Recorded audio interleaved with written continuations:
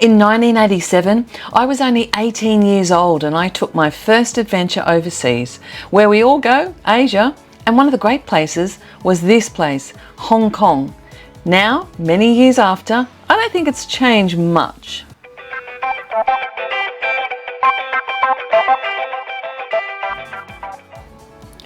Now this is looking through our hotel window. The traffic in Hong Kong is massive, but like many cities, I'm not in any hurry. I'm not going to work, just relaxing because that's what holidays are for. It's late October here and the heat is just the same as I remember in previous times, although it's bearable. And here's one thing on my bucket list. It's the Central Mid-Levels escalator in Hong Kong. You should check it out. So we're in Hong Kong and I wanted to see these elevators. I don't know if Jeanette wanted to, but she is, because we're here, right? And we found them. Bit of a train trip. I might get some weight off before we get to Europe. Yeah, these stairs. No, happy for the people in wheelchairs. There's not many escalators or lifts. Heaps of stair climbing. My glutes are going to be sensational when I get home from here. But anyway, we're going up the escalator. The escalator goes through the city. A bit like Westfield, but completely different. So let's hop on and have a look. And here, stand to the right, not the left. Is that right, Jeanette? Yes. Oh, okay. I'm camera shy, don't worry about she me. is. Don't worry, I'll be changing that. But we were in, where were we? We were at the train station where all of a sudden it was on the left-hand side. So it's a bit head going. But anyway, we'll work it out and we'll be all right.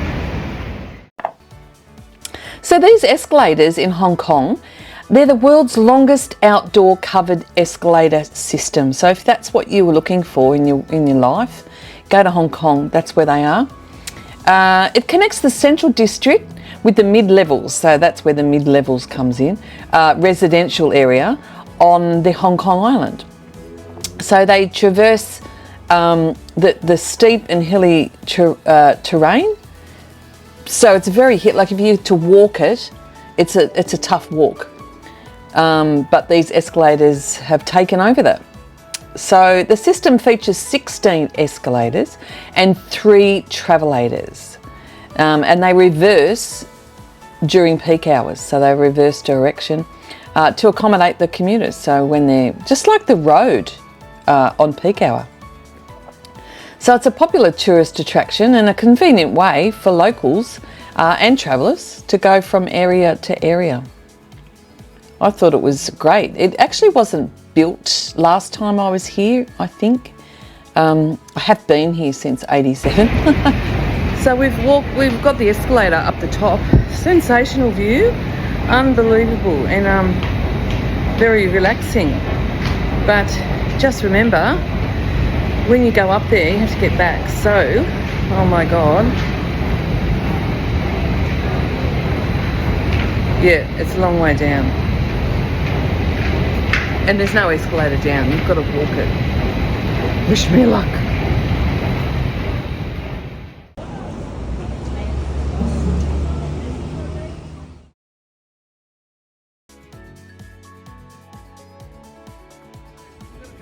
Exactly, I think that's probably enough.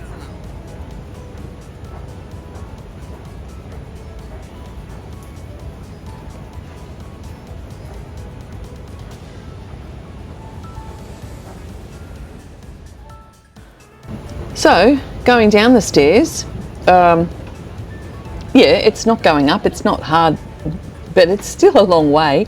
And it does get busy, and there's a bit of rain today, so it's a little bit slippery as well. But you can see there, you'll obviously see things going down that you didn't see going up because you're walking past the shops.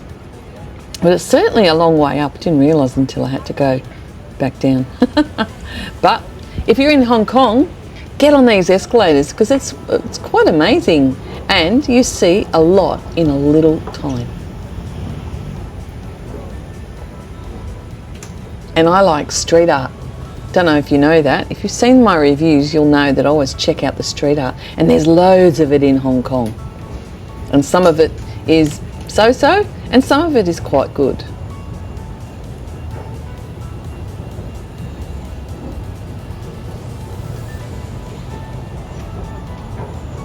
And there were parts of the escalator that we went back up on and then came back down at certain spots, because to get to the shops and offices and places, you have to do that.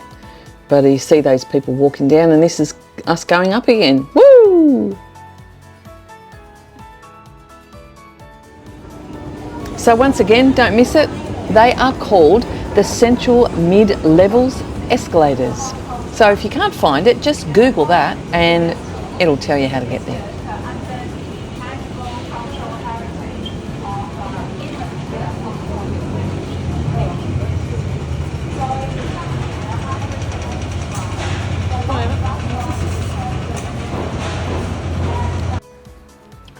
And here's another shot in 1987 of the Peak Tram. Today we're going on it, and it's all been rebuilt.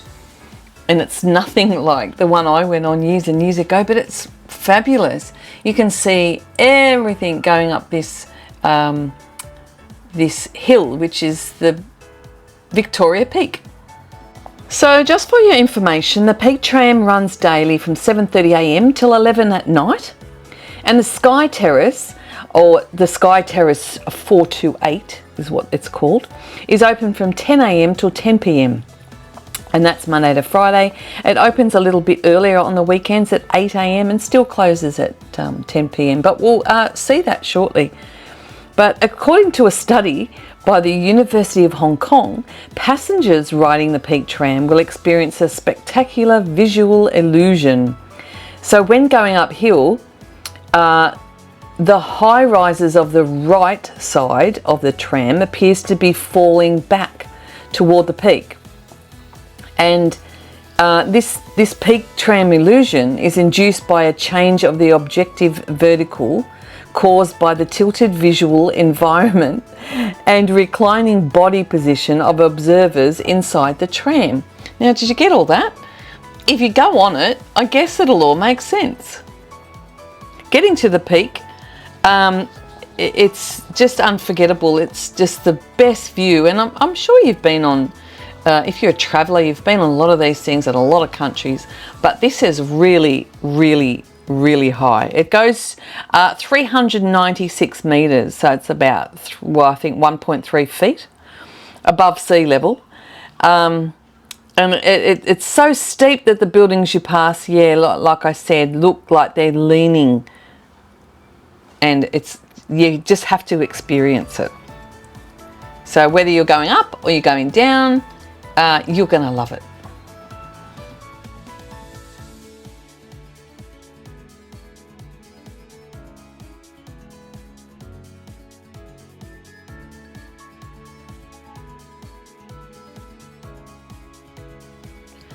So once you're at the top, this is what you'll see. That's the tram station there.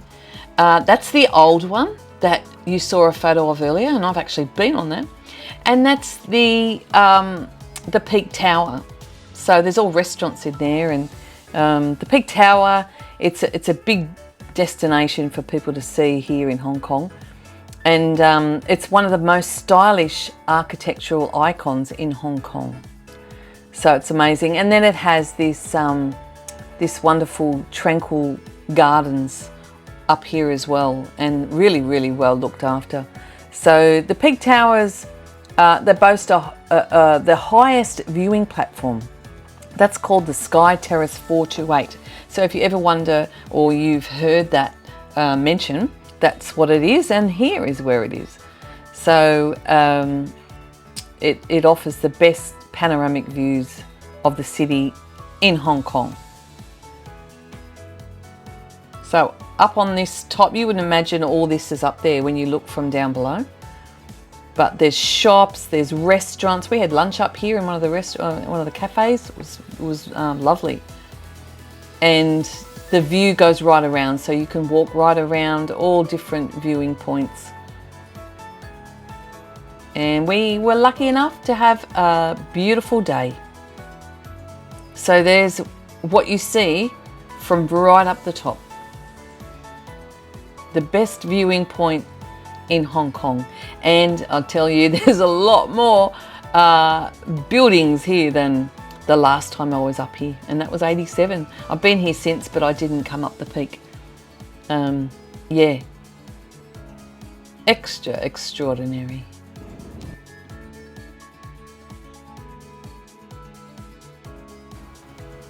And different to the old tram, of course, everything upgrades. It's got this the glass rooftop, so not only can you see out the side, you look up and you see everything above you. So here's us coming back. What goes up must come down, and that was us. But we had a great time up there, and we're coming down now just as smooth, and loads of people waiting to get back on that tram to go up where we've come from. So if you're interested, the information will be in the comments below, and go for it. If you're in Hong Kong, this was fantastic.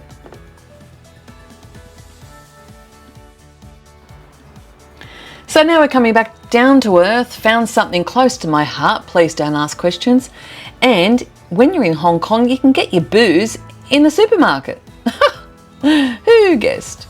Although you can get that also in the street. Great food in Hong Kong in any cafe. So now we're on the MTR, if you've ever seen that anywhere. That's the Mass Transit Railway, and we're on the way over the water because we've booked a tour of Lantau Island today, which you're going to see shortly, and we got there by train. So this was our first stop today on our tour. This is the Tao fishing village. It's built along the channel that runs across the river, and it's full of traditional stilt houses where fishermen and their descendants still reside today, as we saw a lot of. This unique architecture has become a symbol of this, what they call the Venice of the Orient. Everybody's got a Venice, haven't they? I noticed in Doha, in Dubai, and here in Hong Kong. So it's known for the stilt houses. They're known as Pang Uk, and they're built over the water. And gives you a unique experience to see these. And this tour, I'll put all that below if you want to book this tour. It was the best way of seeing it, I thought. I don't always do tours in places, I take myself, but this was great because you've got a local showing you around. And look at us, we're so not local, but we had a great time. The village retains a strong village atmosphere with seafood, markets, boats, and definitely a slower pace compared with the other part of Hong Kong. Now visitors can explore the village, they can sample the seafoods, the snacks, take a boat tour, which we're on right now, and they can see these houses from the water. And sometimes you can spot dolphins.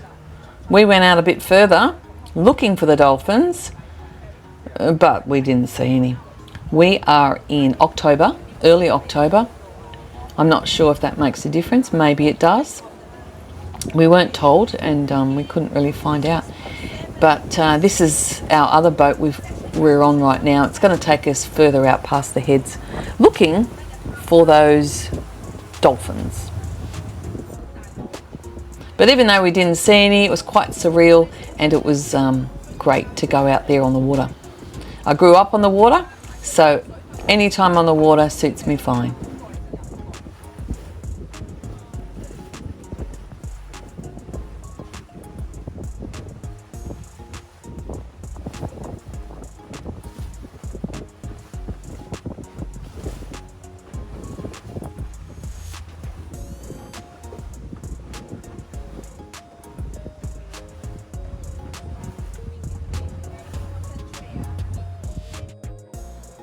So we arrived back and we had a bit of a walk through the village.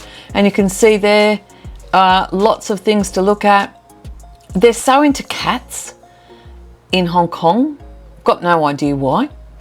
But so am I. So that's all good. And you'll see the cat cafe a bit further on in this review. If you don't like it, you can just move on. But certainly if you like cats and cat memorabilia and things like that, this is the place to come. I didn't actually see many cats as per se, but here we are going through the fish markets, and we didn't buy that either because we're not taking it home. We bought a few little things to snack on, but it's great just to see. I love little villages, whatever country I'm in, because it's nothing like we have at home. And that's part of all the love of travel.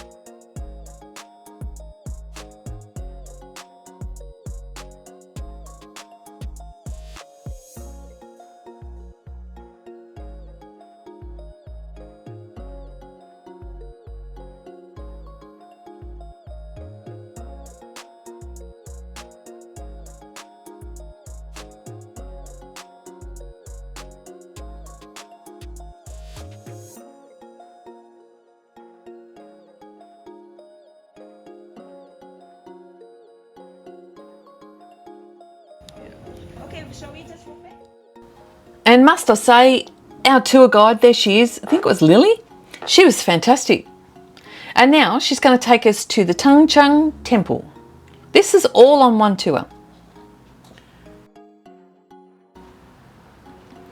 So we're still here on Lantou Island, and this is Tengcheng, or the Big Buddha. But a lot of places have the Big Buddha. A lot of Asian cities have a Big Buddha. There's not just one. So they do actually have names, and this is Tengcheng. So this Big Buddha is a large bronze sculpture of Buddha, completed in 1993, so not that old in comparison to some, and located at the Nong Ping. So this is near the Po Ling Monastery of Langtao. And Po Ling Monastery has taken 12 years to plan and build this bronze Buddha. And it symbolises the stability of Hong Kong, the prosperity of China, and peace on earth. And it's very peaceful here today, so it's doing its job. And the big Buddha statue here has become a major landmark in Hong Kong. So everyone wants to go there. As you can see today, it's not massively busy. There are people, but this is October, and so it's attracting all people from everywhere overseas, including us.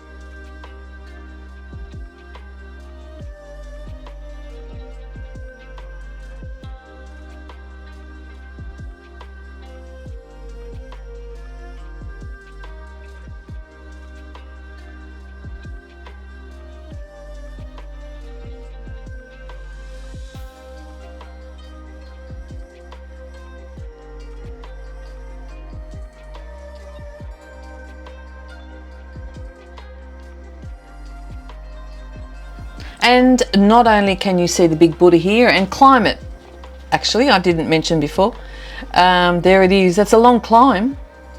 Well, there's a lot of other things to see, and it's quite tranquil and quite relaxing and very Asian. Funny that. There's food up here, there's tables and chairs up here, there's all different cafes, and yeah, a great spot.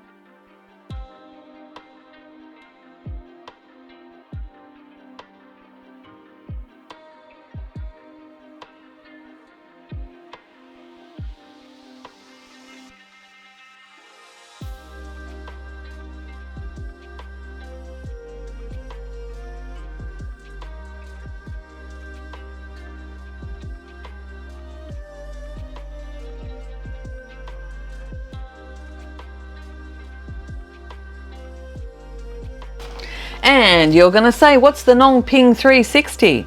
Well, it is the chairlift. We came up here by bus and we're going down by the chairlift, which gives you great views. So if this was already organised in the tour that we did, so we wouldn't have necessarily known that this was a good option, but because it was all in the tour.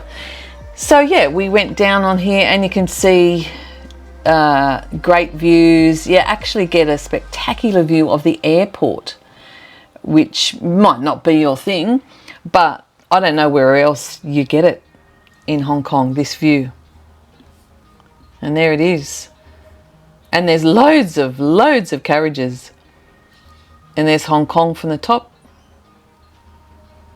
So it was a great way to find our way back. And again, we had a great day. Great weather.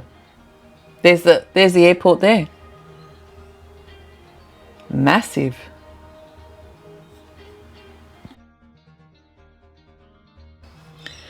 So now it's another day in Hong Kong, and we're going to do something different today.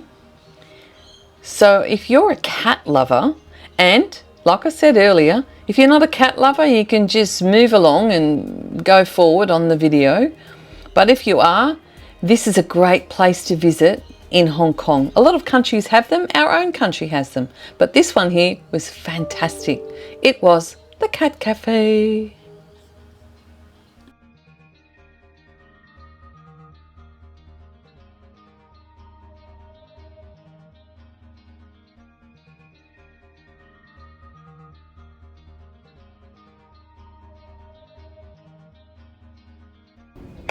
So we've just come into the Cat Cafe. Oh, and they give you this bag to put your stuff in, because we all know cats like bags. So if you're wondering why they give you a bag, well, it's to hide everything. And you can feed them, and you can feed yourself. And there's lots of children here, because children like cats. And there's lots of cats. What can I say? Anyway, we'll keep going.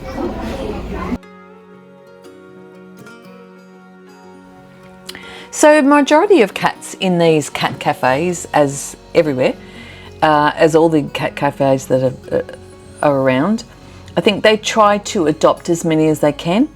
Some are not well and they keep them there, and you'll see their little bibs, their little bandanas they have on, not to feed that certain cat. So we buy food when we go in there to feed the cats with, and if they've got a little banner on them, there, he's on a diet, so you can't feed that cat. So the money that we spend goes to looking after these cats, because I'm sure they're not cheap, but also gives somewhere for maybe children that don't have cats, or, well, Hong Kong's full of high-rise and maybe some can't have cats. So it's a place for the children to come and just pat the cats and be with the cats. And even myself, I've got a cats, but this was magnificent. And this one's up very high, as you can see. The cats can see through the window. What a view. And look at them, they're dressed up. They're beautiful. And like I said before, if you don't like cats, you can just forward this video and go to the next segment. But if you like cats, hang around. I'm going to show you what's up here on the, I think it was the 6th floor. It's quite high up.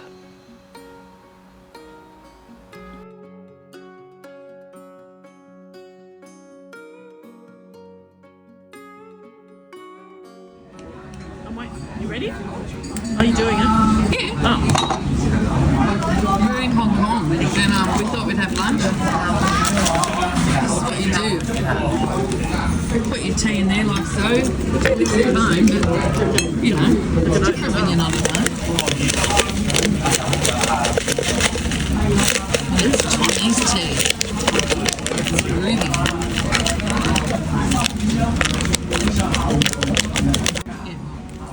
And we had to boil that jug, get the water, and then you pour it in and you boil the jug, just in case. And they're just like, I know it's just like home, but we're not home. We're in Hong Kong, and it's groovy. Anyway, we'll see you shortly. Okay, so if you're in Hong Kong, just remember Hong Kong has a harbour, and don't miss it, whether it's daytime or nighttime, or try to see both. We did, and there it is. Not only do they have the water, they have the symphony. So in every night at 8 p.m, the best viewing locations are at the Tisha Tzu, I think I said that right, the waterfront, and that is outside the Hong Kong Cultural Centre. And the Avenue of Stars, so if you find the Avenue of Stars, you're in the right spot. So if you didn't know, this is Victoria Harbour, and in December 2017 the Symphony of Lights took on a new direction and transformed Hong Kong's cityscape into a true symphony. In grand style, the Hong Kong Philharmonic Orchestra has recorded a new musical score, and entwined with a vibrant and contemporary flavour representing the charismatic rhythm of Hong Kong. Traditional Chinese flutes and string-bowed instruments give a truly distinctive sound, matching the Hong Kong's character of, as we know, East meets West. So we just finished our Hong Kong leg, all done. It's so hot here, I can't wait to get in the cold. Now we're going from Hong Kong here in Hong Kong Airport to Helsinki, and we'll stay there in transit, and then we'll be on the way to Amsterdam on Finnair. Woo.